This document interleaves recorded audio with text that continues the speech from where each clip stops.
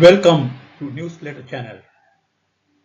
When a bank issues a letter of credit, it does something quite significant. It takes the buyer's risk upon itself. So here is the questions I want to explore. How should the bank structure the letter of credit so that it supports the transaction and at the same time protects the bank? In these presentations, I look at the letter of credit from the bank's perspective. Let us commence with the most important point. The seller wants certainty of payment. The buyer naturally would prefer to pay later. The letter of credit bridges those two interests. But there is a very important shift of risk.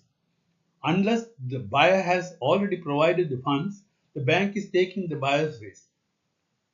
In effect, the bank is telling the seller, if you make a compliant presentation, we will honor our undertaking.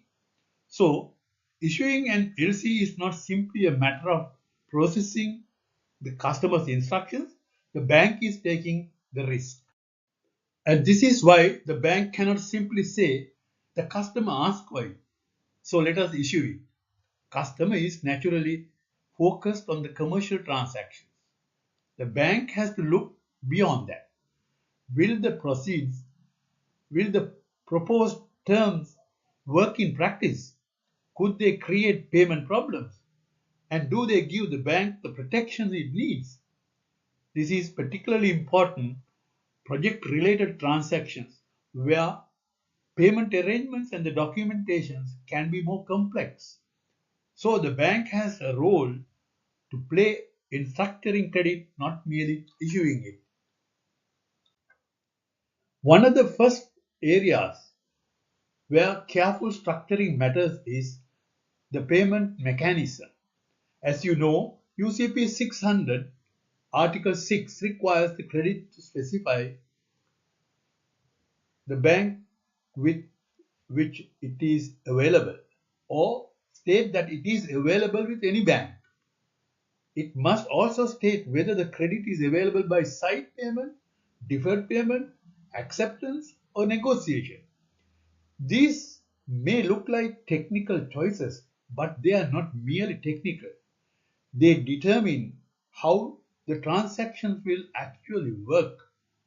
And if their implications are not considered at the outset, the seller's expected payment may not materialize the way everyone assumed. Let me give you a practical example. Suppose the purchase agreement says that the payment will be made at site. The LC is then issued available by payment. So far, everything sounds straightforward. But suppose the nominated bank is not a confirming bank. If the issuing bank has arranged reimbursement only a number of banking days after receiving compliant documents, the nominated bank may decide not to pay the beneficiary immediately. Now we have a mismatch. The commercial contract says at site, but the banking arrangement may not produce immediate cash. The seller may comply fully with the LC and still experience a delay in receiving the expected funds. This is exactly the kind of problem that good LC structuring should identify before the credit is issued. Here is another example. Imagine that LC requires a draft to be presented. The beneficiary presents all the other documents correctly, but there is no draft. Can the nominated bank simply overlook that? No. If the credit is if the draft is a requirement of the credit, bank only has the authority to act within the terms of the letter of credit. If a required draft is missing, paying without it could put the bank outside that authority. The underlying sale may be genuine, the goods may have been shipped, the other documents may be perfectly acceptable, but one apparently small requirement can become a discrepancy and potentially a reason for refusal. That is why good structuring starts before the LC is issued. There is another important dimension. Bank deals with documents.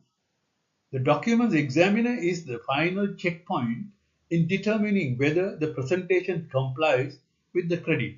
Now imagine that the LC itself contains an ambiguous and poorly drafted requirement. Underlying transactions may have been completed perfectly, yet the documents can still produce technical discrepancies. So poor LC drafting can weaken the very protections the bank thought it had created. In other words, the risk can begin with the wording of the letter of credit itself. Let us now look at security from another point of view. An issuing bank may want to retain control over the goods and therefore requires an onboard bill of lading drawn to the order of the bank. On paper, that looks like good protection. But imagine that the goods are perishable and they arrive during a long weekend when the bank is closed. The buyer cannot obtain delivery order without the bank's endorsement. Suddenly, security that looks sensible when the LC was structured becomes a problem for everyone. And that gives us an important lesson. Good security is not simply security that looks strong on paper. It must also work in the real world. So, what does good LC structuring really mean? In my view, it means balancing three things. First, commercial contract between the buyer and the seller. The second, the documentary requirement of the letter of credit. Third, the risk appetite of the issuing bank. All three have to work together. Ignore the commercial objective and the LC may not support the transaction. Poorly designed documentary requirements and the bank may face unnecessary discrepancies. Ignore the bank's security and the bank may assume a risk it never intended to take. Well-structured LC brings all three together. So from the bank's perspective, what should good LC practice look like? First, understand the transaction. Second, identify the risk the bank is assuming. And third, design terms that actually work. The bank should be prepared to tell its customer, yes, we can issue the LC, but let us make sure it is structured correctly. That is not an obstacle to trade. It is what makes LC work properly for the customer and for the bank. A letter of credit is one of the most reliable instruments in supporting the international trade, but its effectiveness depends on how well it has been structured. For the bank, that means the balancing the commercial objectives of the trading parties, the documentary requirements of the credit, and the risk assumed by the bank. Because the real strength of a letter of credit lies not merely in its issuance, but in the care with which it is structured. Thank you. I will see you again with another episode.